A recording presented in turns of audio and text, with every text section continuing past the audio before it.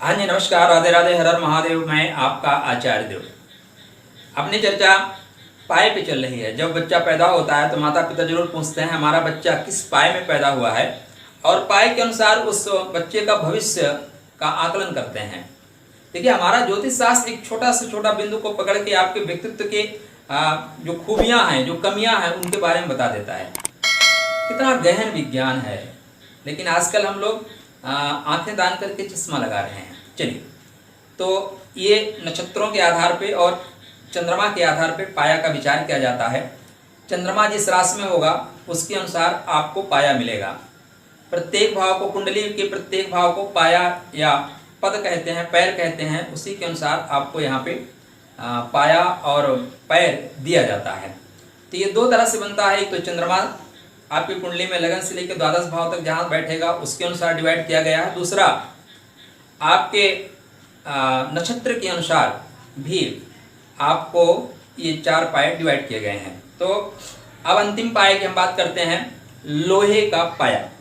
तो शास्त्रकार हमारे कहते हैं विशाखा वेद लौहकम। विशाखा, अनुराधा, ज्येष्ठा, मूल, विशाखा में अगर आपका चंद्रमा है, क्या लग्न नहीं है, ध्यातव्य रहे, यहाँ बात हो रही है चंद्रमा की।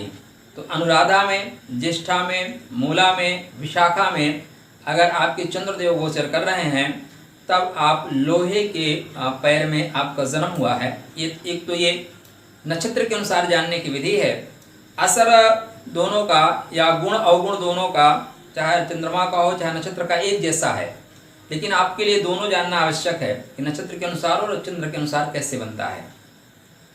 चंद्र के अनुसार देखें तो लोहे का जो पाया है वो अगर आपका जन्म में, लगन में चंद्रमा चतुर्थ भाव में बैठा है तो लोहे का पाया है। चंद्रमा अष्टम भाव में बैठा है तो लोहे का पाया है। और चंद्रमा द्वादश भाव में बैठा है तो लोहे का पाया है। माने 2 स्थान, यद्यप चतुर्थ स्थान 2 स्थान नहीं होता। और कालपुरुष की कुंडली में चतुर्थ भाव का जो कारक है वो चंद्रमा ही है। चतुर्थ भाव चंद्रमा का घर माना जाता है। तो चतुर्थ भाव में क्यों कहा गया, इसके पीछे भी चर्चा करेंगे। तो पहले हम चर्चा करते हैं द्वादश भाव से। देखिए, द्वादश भाव, अच्छा इसका बात कर लेते हैं कि शास्त्रकार कहते क्या हैं, ये इसका असर क्या होता है, गुण अवगुण। तो शास्त्रकार पहले ही लाइन में लिख देते हैं कि चंद्रमा अगर आपका अष्टम में है, द्वादश में है तो अनिष्टकारी है। आयुखंड की बात करें ना, तो आयुखंड में एक पार्ट चंद्रमा है। 8 पार्टों में, आयुखंड के 8 पार्ट हैं। 8 पार्ट में शनि और चंद्रमा को भी एक एक पार्ट प्रदान किया गया है। तो चंद्रमा आयु के लिए बहुत महत्वपूर्ण है, और खासकर बाल्यावस्था की आयु के लिए बालारिष्ट जो लगता है वो चंद्रमा से बहुत देखा जाता है। तो चंद्रमा यहाँ पे अगर अष्टम भाव में बैठा है, द्वादश में बैठा है, तो बालारिष्ट माने बाल्यावस्था में आपके लिए आपकी जो सेहत है खराब रहेगी और आप दुर्घटनाओं का शिकार होते रहेंगे, ऐसा शास्त्रकार हमारे कहते हैं। तो अनिष्ट कारक, क्या सीधा सीधा लिख दिए हैं, अनिष्ट कारक। कार्य विघ्न युक्त होंगे, कोई भी काम आपका एक बार में नहीं होगा। सुख में कमी, निद्रा में कमी। चंद्रमा अगर 6, 8, 12 में चला जाए, ठीक है ना, जैसे सोने के पाए में चला जाए, और इवन देन चंद्रमा अपने से कष्टम नवम भाव में भी चला जाए, तब भी निद्रा की कमी हो जाती है एक अवस्था के पश्चात, मध्य अवस्था के बाद। तो अगर अष्टम भाव में चंद्रमा है तो निद्रा की कमी होगी, कॉन्फिडेंस लेवल कमजोर होगा। द्वादश में चंद्रमा है तो यही स्थिति रहेगी और आप व्यात्मक हो जाएंगे। यहाँ पे आदमी को भय लगता है, डर लगता है, तो कोई भी कार्य एक बार में उसका नहीं हो पाता, ऐसा हमारा शास्त्रकार कहते हैं। निद्रा में कमी रहेगी, धैर्य की कमी रहेगी। शरीर में गाहे बगाहे माने टाइम टू टाइम कोई न कोई रोग जो है बेवजह आते रहते हैं, निमंत्रण देना नहीं पड़ता, बिना बुलाए मेहमान की तरह प्रकट होते रहते हैं। शास्त्रकार कहते हैं नेत्र कष्ट, चंद्रमा चूंकि नेत्रों का कारक है तो नेत्र का स्वामी अष्टम में द्वादश में जाएगा तो परेशानी तो देगा। उदर कष्ट, उदर कष्ट के लिए आपको पंचम भाव देखना पड़ेगा, पंचमेश को देखना पड़ेगा, तब आप उदर कष्ट की बात कर सकते हैं। अब शनि जो है आप देखें ना, तो इस पाए का जिम्मेदार है। शनि लोहा का पाया आया, शनि आपकी कुंडली में कैसा है उसके अनुसार इस पाए का फल मिलेगा। क्यों ऐसा मैं कह रहा हूँ, देखिए मान लीजिए चतुर्थ भाव में आपका चंद्रमा है, मेष लगन की कुंडली चतुर्थ भाव में चंद्रमा है, तो लोहे के पाए में आपका जन्म हुआ है, तो आप क्यों कष्ट में जाएंगे। दसम भाव में शनि बैठा है, क्यों कष्ट में जाएंगे।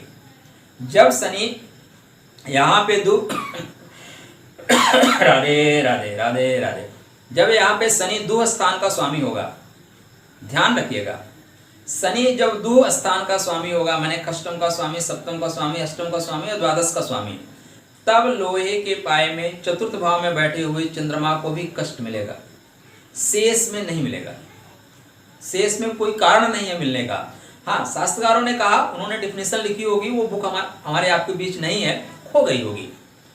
अब यहाँ पे देखें तो ये लोहे का पाया है, उसका शनि इसके ऊपर पूरा स्वामित्व रखता है, तो निश्चित रूप से ये लोग शारीरिक रूप से मजबूत होंगे। लोहा बहुत मजबूत होता है, लोहे को लोहे का जंग ही हरा सकता है, ध्यान रखिएगा।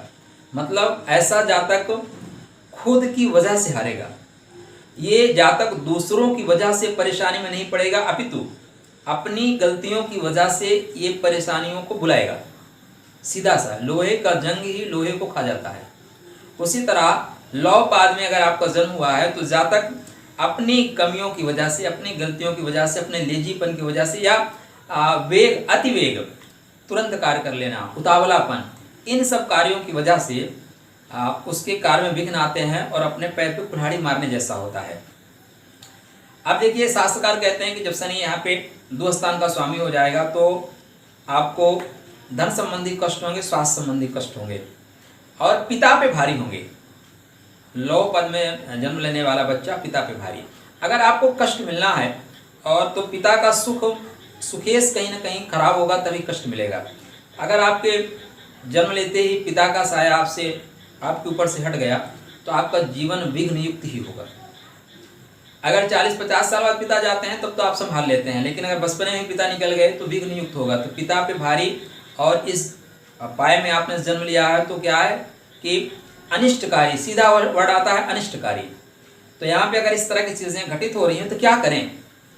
शनि संबंधित चीज़ों का दान करें। शास्त्रकार कहते हैं कि जितना आपका वजन है उतना वजन लोहे को लें और दान कर दें या प्रवाहित कर दें।